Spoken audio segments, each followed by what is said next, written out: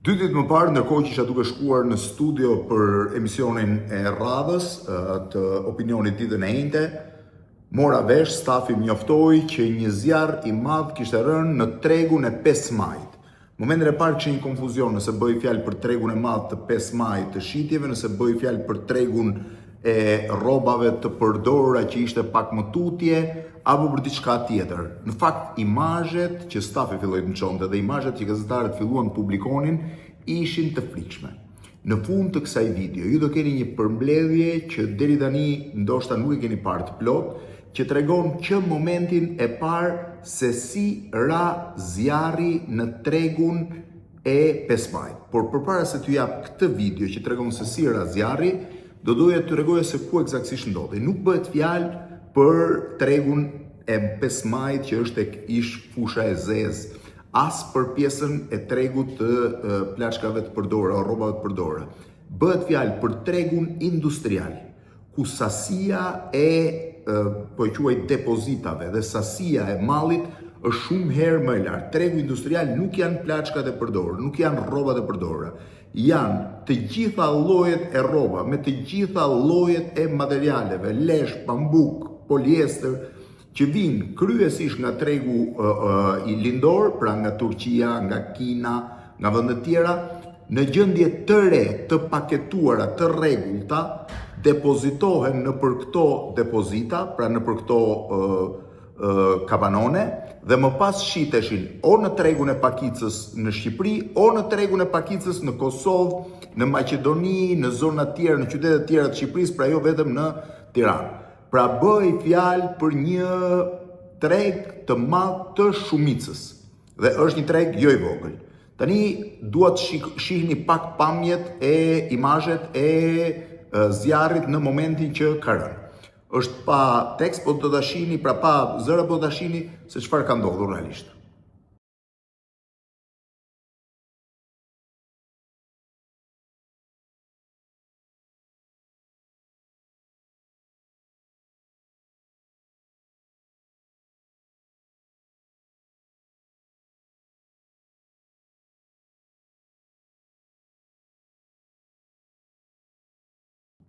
Pra ky është momenti i parë kur ka shpërthyer flaka.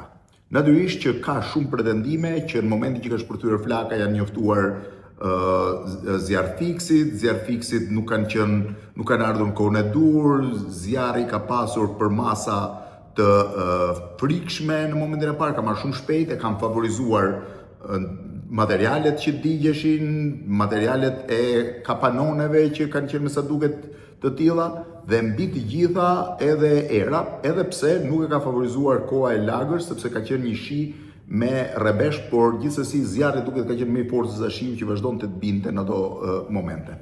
Zjarri ka filluar, pra rreth pak minuta më pas kanë qenë këtu, ka një diskutim se kur kanë ardhur apo jo zjarrfiksit, po zjarri ka qenë shumë i fortë. Kështu që ju mund të shihni tani këto imazhe të zjarrit për t'i parë pak, janë pak sekonda për të parë zjarrin.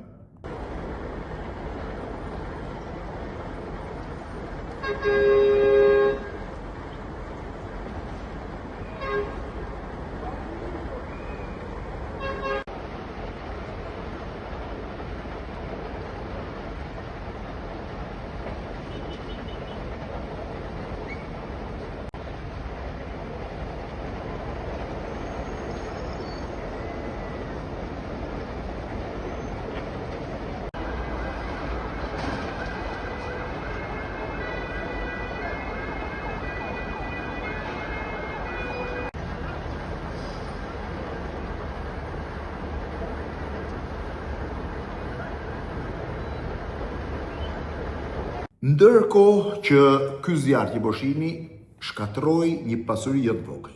Në momentin që kam qenë në emision, jam lidhur me nënkryetaren e Bashkisë Tiranës, e cila për momentin për arsye të izolimit të kryetarit të Bashkisë Tiranës, Elon Veliaj, është duke ushtruar dhe detyrën e kryetares Bashkisë pranë detyrë Tiranës. Ajo njoftoi që zjarri ishte izoluar. Pra ishte një zjarr i cili nuk do kalonte më në banesat rreth rrotës, sepse ky ishte një rrezik shumë i madh dhe evident.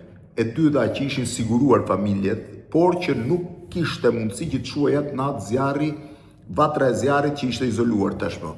Pyetjes, unë bëra asaj 2 pyetje. Pyetja e parë ishte se bëhet fjalë për një shumë të madhe dhe më tha bëhet fjalë për disa miliona euro dhe kishte të drejtë, dhe e dyta e pyeta nëse kishin sigurime dhe më tha jo. Pyetja e parë që bëra dhe unë ishte kjo dhe tregtarët më thanë që nuk i kanë të siguruara. Tani, çfarë kishte mbetur të nesmen nga tregu i rrobave, po e quaj i tregu industrial Tiranës, shiheni.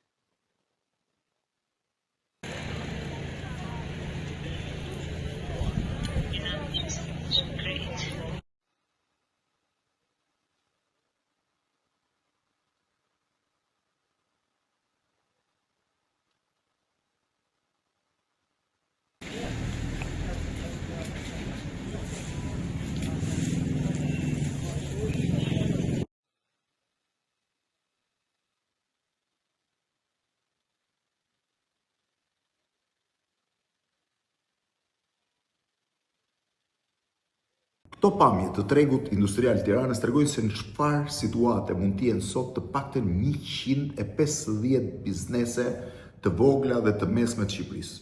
Sipas kalkulimeve të bëra nga njerëz që merren me këtë gjë, sepse mua ka qelluar të shkoj aty gjatë fushatës elektorale të Tiranës dhe më kanë thënë që depozitat atyshme kishin një shifër të përafërt malli nga 20 deri 25 milion euro.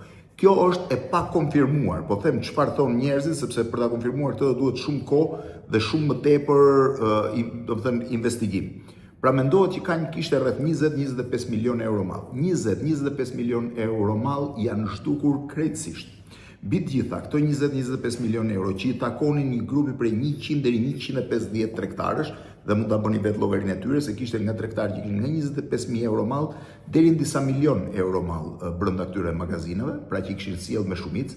Siç më thanë ata, po citoj sërish atë që më kanë thënë ata, kishin marrë shumë furnizim gjatë vitit të ri me shpresën që do shiteshin për vitin e ri, po tregu ka qenë i dobët këtë vit, nuk kishin arritur të shisnin në pritshmëritë e tyre, kështu që i kishin depozituar dhe i kishin të magazinuara për të shitur më pas. Dhe për fatin e tyre të keq, magazinave hyra zjarri.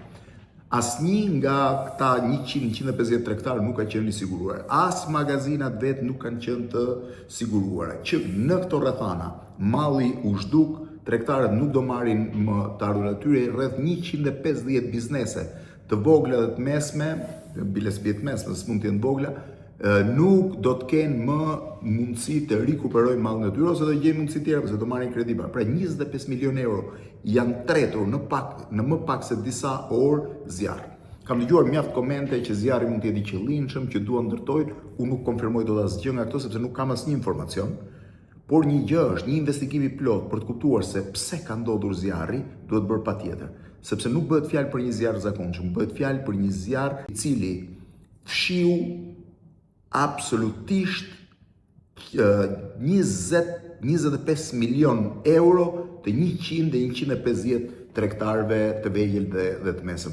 Kështu që kjo çështje ka nevojë për një investigim për të kuptuar realisht çfarë ka ndodhur.